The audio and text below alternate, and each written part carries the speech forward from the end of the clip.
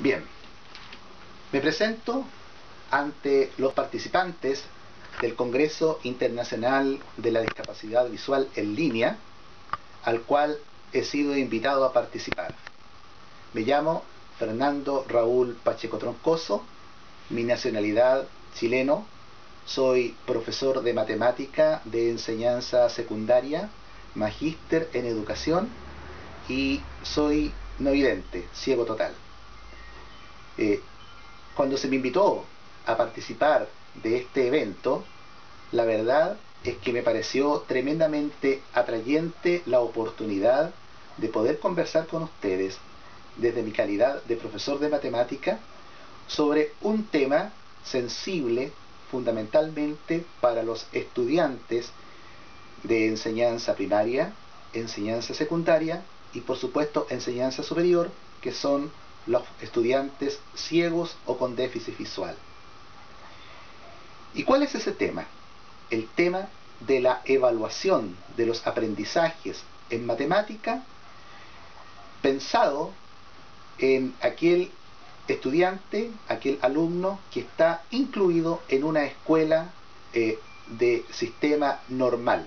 Es decir, hemos hablado durante años de lo que es la integración en las escuelas y ahora estamos hablando de lo que es la inclusión, puesto que como políticas de Estado se está tendiendo, y en Chile por lo menos, a que las escuelas especiales ya no vayan existiendo como tales, donde la educación sea formal durante 8 años para después pasar a un estudio de enseñanza secundaria donde el alumno recién se viene integrando, sino que ahora se está tendiendo a que la integración, a que la inclusión de ese chico sea, ojalá, a partir desde la escuela de infantes, como se llama en otras partes, lo que nosotros llamamos el kindergarten.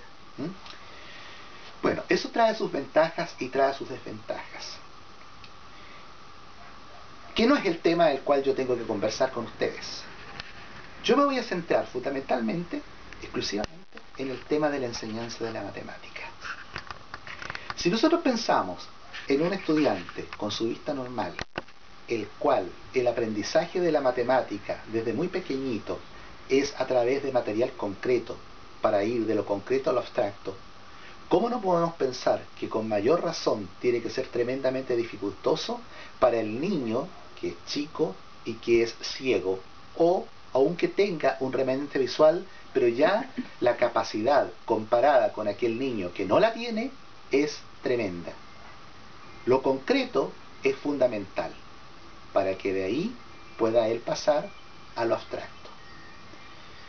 Para el profesor de matemática de la escuela donde ese niño está incluido, es tremendamente complejo si es que él no está educado como maestro o como maestra, primero para aceptar el tema de la diversidad. Segundo, porque él se hace la pregunta que es lógica: ¿cómo yo le voy a enseñar a este alumno? ¿Cómo yo lo voy a evaluar? ¿Cómo voy a hacer que él me comprenda lo que yo quiero que él aprenda de los contenidos curriculares que yo le tengo que enseñar? Hablar de evaluación en este momento no lo voy a hacer a través de esta charla, puesto que en el documento que yo envío a los responsables del Congreso y en el PowerPoint que yo también envío, me explayo ampliamente sobre el tema. Sin embargo, ¿por qué parto de la evaluación? Porque dentro del currículum, cuando estamos hablando de un proceso de enseñanza-aprendizaje, ya no podemos entender la evaluación como solamente un proceso para escribir al final de un aprendizaje una cifra numérica. Nosotros en Chile escribimos de 1 a 7 la cifra numérica. Un alumno saca un 2, un 3, un 3,5, un 4, un 5,7, etc. En Argentina, por ejemplo, hablamos de 1 a 10. Bueno, y cada país tiene su propio sistema de manejar la cifra para representar lo que el alumno logró en los objetivos. La evaluación es un proceso. Hablamos en este momento de un concepto procesual. Es decir, tiene que permanecer durante toda la etapa de la enseñanza y del aprendizaje del estudiante cuando yo enseño un contenido. Primero, diagnostico. Hay una alfabetización de los estudiantes en cuanto a lo que yo voy a enseñar. Sabe sumar, sabe restar, sabe multiplicar, sabe esto, etcétera, ¿no es cierto? De lo que él sabe, ¿cómo yo puedo integrar esos conocimientos con lo que yo tengo que enseñar ahora? ¿Cómo ese estudiante va avanzando en el proceso? Avanza con altas competencias, con medianas competencias, con pequeñas competencias, etcétera. Entonces, ¿dónde se está produciendo en este momento el cortapiso? En el estudiante ciego, el cual tiene que tener una evaluación diferenciada, que no significa un regalo de nota para él, un regalo de calificación. Significa cómo le voy entregando a ese estudiante las herramientas para que él pueda, al igual que sus compañeros, tener la misma oportunidad y el mismo derecho de aprender. Y estoy hablando de un actor, del estudiante. Y estoy hablando tangencialmente de un segundo actor, que es el profesor o profesora de matemáticas. Pero hay un tercer elemento, un tercer actor, que es un ser humano, y que va entre ellos dos. Nosotros acá en Chile hablamos de los profesores de educación diferencial. Y existe una sola universidad en este país que forma por especialidades, para déficit visual, para déficit auditivo, para déficit cognitivo, etc. A ese profesor o a esa profesora. En otros países lo llaman el profesor de integración. O sea, es aquel profesional de la educación que es especialista para que esté incorporado en la escuela normal donde existen estudiantes que están, en este caso, estudiando para nosotros un estudiante ciego. Y es él o ella el responsable, el puente entre el estudiante y el profesor de matemática, que tiene que preocuparse de que lo que el estudiante tenga que tener como herramientas de trabajo sean eficaces, sean eficientes. ¿Qué es lo que tiene que dominar este profesor de educación diferencial? Primero, el sistema Braille. Segundo, las estrategias didácticas para poder preparar el material para ese estudiante. Voy a hacer un paréntesis con respecto al sistema Braille. Por lo menos acá existe una tendencia, una mala tendencia desde mi punto de vista, que el sistema Braille es arcaico, que el sistema Braille ya pasó, que el sistema Braille es voluminoso, que el sistema Braille no hay que usarlo, porque existen los recursos computacionales, existen los recursos informáticos, por lo tanto el alumno lee más fácil, etcétera, etcétera, etcétera, etcétera. Desde mi modesto punto de vista como profesional de la educación y como ciego que soy, creo que es un craso error pensarlo así. Cito a un profesor en el documento que dijo, si Louis Braille, ¿no es cierto?, hubiera algo que superara al sistema de Louis Braille, a Louis Braille igual habría que ponerle un alto pedestal, porque por Dios que es cierto que hasta el día de hoy ha sido el sistema que realmente a nosotros los ciegos nos ha alfabetizado, ¿no es cierto? Bueno. El profesor de educación diferencial tiene que comunicarse con el profesor de matemática y con la escuela. ¿Por qué? Porque es ahí donde el estudiante ciego va a poder tener las oportunidades de poder trabajar en forma sistemática de acuerdo a lo que el currículum tiene que exigir que todos los estudiantes, no estoy hablando de algunos, estoy hablando de todos, y en este caso estoy incluyendo al ciego, tiene que aprender por una cuestión de derecho y por una cuestión de obligación. Si a mí me preguntaran si aprender matemática es fácil, no es fácil. Para nadie es fácil. Las personas con su vista absolutamente normal también les es tremendamente dificultoso aprender, sobre todo cuando tienen que pasar de lo concreto a lo abstracto. Cuando tienen que estudiar álgebra, cuando tienen que estudiar geometría, hay un montón de procesos que toda persona tiene que cumplir, que tiene que pasar. Y este estudiante ciego también las tiene que cumplir y también las tiene que pasar. Pero los elementos que él tiene que tener tienen que estar muy bien guiados, muy bien orientados por un especialista que no tiene por qué serlo necesariamente el profesor que él tiene en el aula, que es para todos. Y es ahí donde nosotros tenemos que hacer este gran hincapié y esta gran discusión, ojalá en este congreso. Cuando nosotros hablamos de la evaluación del estudiante, existen varias tendencias, por ejemplo, de cómo le enseño matemática al ciego yo. Y es ahí donde se produce el problema. ¿Cómo le enseño matemática? Algunos son partidarios, por ejemplo, de utilizar el ábaco japonés. El ábaco japonés es aquella tablilla, ¿no es cierto?, la cual tiene 4 bolitas y está separada por una barra, y arriba tiene una bolita que representa el número 5, ¿no es cierto? Cuando ese chico está aprendiendo matemática desde niñito, los algoritmos no los va a poder aprender bien a través de ese ábaco japonés. Él tiene que utilizar, por ejemplo, este elemento que acá se los voy a tratar de mostrar, que se llama la caja aritmética. Por ejemplo, es uno de los elementos buenos, el cual cada uno de estas figuritas, ¿no es cierto?, de estos palitos, representa un número, un signo, etcétera, el cual tiene una gran ventaja. Por un lado está en sistema Braille, y por el otro lado nosotros lo podemos ver en sistema de lectoescritura. Por ejemplo, ¿ya? Por ejemplo, esto está representando el signo más. Muy difícil que por la cámara se vea, pero aquí más o menos yo lo estoy tocando, que en negro representa el signo más, ¿ya? Lo que significa que cuando el niño está aprendiendo, los algoritmos, él los está aprendiendo bien, porque recordemos que nosotros estamos en Occidente, no estamos en Oriente. ¿Y por qué estoy haciendo hincapié en esto? Porque cuando ese chico sea evaluado en sus aprendizajes, su evaluación va a tener exactamente las mismas características que el niño que ve. La diferencia va a estar en los materiales y en los recursos que él está teniendo. ¿Y quién es el puente? El profesor, que es el de integración, el profesor de educación diferencial, que nosotros llamamos, etc. ¿Ya? Por lo tanto, cuando nosotros estudiamos álgebra, por ejemplo, ¿acaso ese estudiante no tiene derecho a aprenderlo? Sí. ¿Pero qué es lo que tiene que dominar el estudiante? Muy bien, el sistema Braille. ¿Los medios informáticos son malos? No, no son malos. Todo lo contrario. Existe en este minuto un programa computacional llamado Lambda, que es un programa que a lo mejor muchos de ustedes ya conocen, e incluso a nivel europeo, a nivel norteamericano, yo sé que se maneja bastante. Y la ONCE lo promueve mucho, ¿ya? Que fue hecho por el Consorcio Europeo, tengo entendido. Es un software el cual se usa junto con el JAWS o con el NVDA, que son los lectores de pantalla que nosotros los ciegos usamos, donde el estudiante ciego puede perfectamente trabajar interactuando con la persona que ve la matemática, el álgebra, la geometría, etc.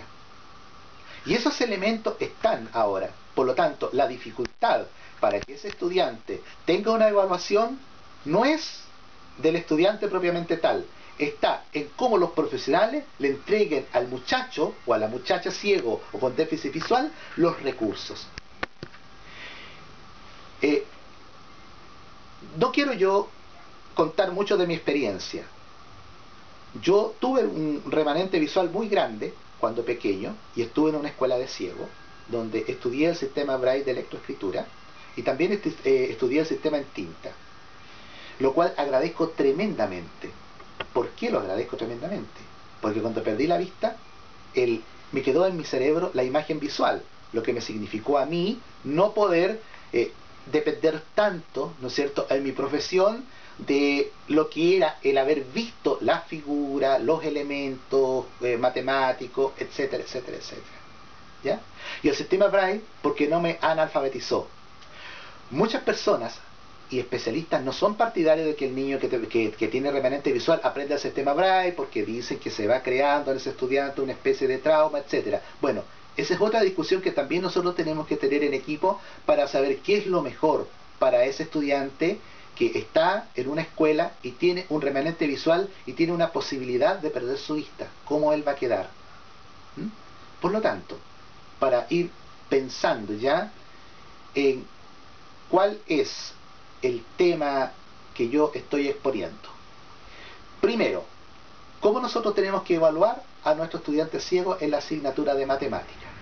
Para eso tenemos que usar todos los recursos que estén a nuestro alcance, y el responsable de eso es aquel profesor que está incorporado en la escuela y es el dedicado a darle al estudiante todas sus herramientas, sus guías, sus exámenes y su material para que él lo tenga en sistema Braille, en sistema táctil, etc. Eso es fundamental. Lo segundo, si nosotros a ese chico le estamos entregando desde pequeño las responsabilidades que él tiene que cumplir, porque una cosa es el derecho que él tiene como estudiante a estar en esa sala de clase incorporado con sus demás compañeros, y otra cosa es que él, a medida que va creciendo, vaya entendiendo de que él tiene obligaciones como tal. Por lo tanto, él también tiene que ir teniendo, junto con su familia, una etapa de querer responder, de querer salir adelante, de querer ser una persona en la cual a futuro, cuando él vaya a ser un profesional, tenga las competencias, tenga los elementos curriculares frente a los cuales él se va a poder desenvolver en la educación superior. Y él no tenga temores frente a una asignatura que es tremendamente abstracta, que es la matemática. Yo como profesor de matemática quisiera que hayan centros de estudio, tanto en mi país como en otros países, que se preocupen de preparar a estos profesionales en la didáctica de la enseñanza de la matemática para personas ciegas o con déficit visual. No significa que ese profesional tenga que ser un profesor de matemática o tenga que ser un matemático, bajo ningún punto de vista. Lo que significa que ese profesional que va a trabajar con el estudiante ciego tenga las herramientas para que él pueda enseñarle, por ejemplo, el dominio del código matemático unificado, que es para todos los estudiantes, para todos los ciegos que hacemos matemática, un tema universal.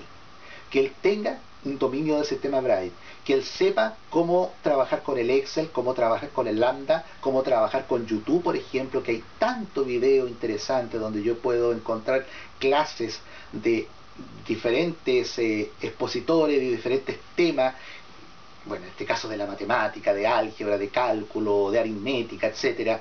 Es decir, que él tenga todas las herramientas para que su proceso curricular y su proceso evaluativo sea el adecuado. Cuando sea el momento en que todos nosotros conversemos a través de una videoconferencia, vamos a puntualizar con respecto a elementos de lo que yo llamo de lo que se llama la evaluación diferenciada, que quiero nuevamente insistir y ser majadero en esto. No es la evaluación en la cual yo al alumno le voy a colocar una nota mínima por cumplir para que ese niño, para que ese estudiante quede conforme y yo quede ya tranquilo desde el punto de vista administrativo y pensando que no le puedo enseñar a él porque no tengo las herramientas para hacerlo. La evaluación diferencial significa cómo voy a entregarle los elementos, cuáles van a ser los tiempos en los cuales él va a desarrollar esa evaluación, cómo él la va a desarrollar, si es la misma prueba o no es la misma prueba o examen o etcétera que rindieron los demás. Eso es lo que nosotros tenemos que conversar. Por supuesto que tiene que ser el mismo examen, pero ese examen tiene que estar adaptado a la letra, si es que el chico tiene un remanente visual que él la pueda ver, ¿no es cierto? Al sistema Braille, si es que el niño es absolutamente ciego, donde él pueda tocar y transcribir en su regleta o en su máquina Perkins o con el uso del lambda, etcétera, de tal suerte de que esa prueba, si él hace el sistema Braille, ese profesor diferencial sea capaz de leerse al profesor de matemática y él tenga los mismos derechos y las mismas obligaciones que los demás estudiantes que están en la sala de clase. Por lo tanto, los invito a todos y a todas los participantes de este congreso que conversemos sobre este tema y que ojalá se abran puertas no solamente para los profesores de educación diferencial, sino que para todas las maestras o maestros que quieran apoyar a los estudiantes ciegos o con baja visión en el aprendizaje de la matemática, pensando en que son estudiantes que solamente han perdido la vista. Estamos pensando en un universo de estudiantes que son tremendamente capaces, que pueden ser excelentes abogados, que pueden ser excelentes profesores, que pueden ser excelentes comerciantes, etcétera, que pueden ser excelentes empresarios y pueden desenvolverse en la vida con las mismas herramientas que los demás. El sistema Braille no hay que desecharlo, el sistema Braille hay que potenciarlo y potenciarlo tal cual lo hace usted cuando frente a la pantalla del computador toma su lápiz y toma una nota. Es exactamente igual acá. Por lo tanto, ojalá que tengamos un bonito encuentro a través de esta videoconferencia y podamos conocer recursos didácticos, recursos evaluativos y haya un interés por la enseñanza de la matemática a los estudiantes ciegos o con baja visión. Muchas gracias.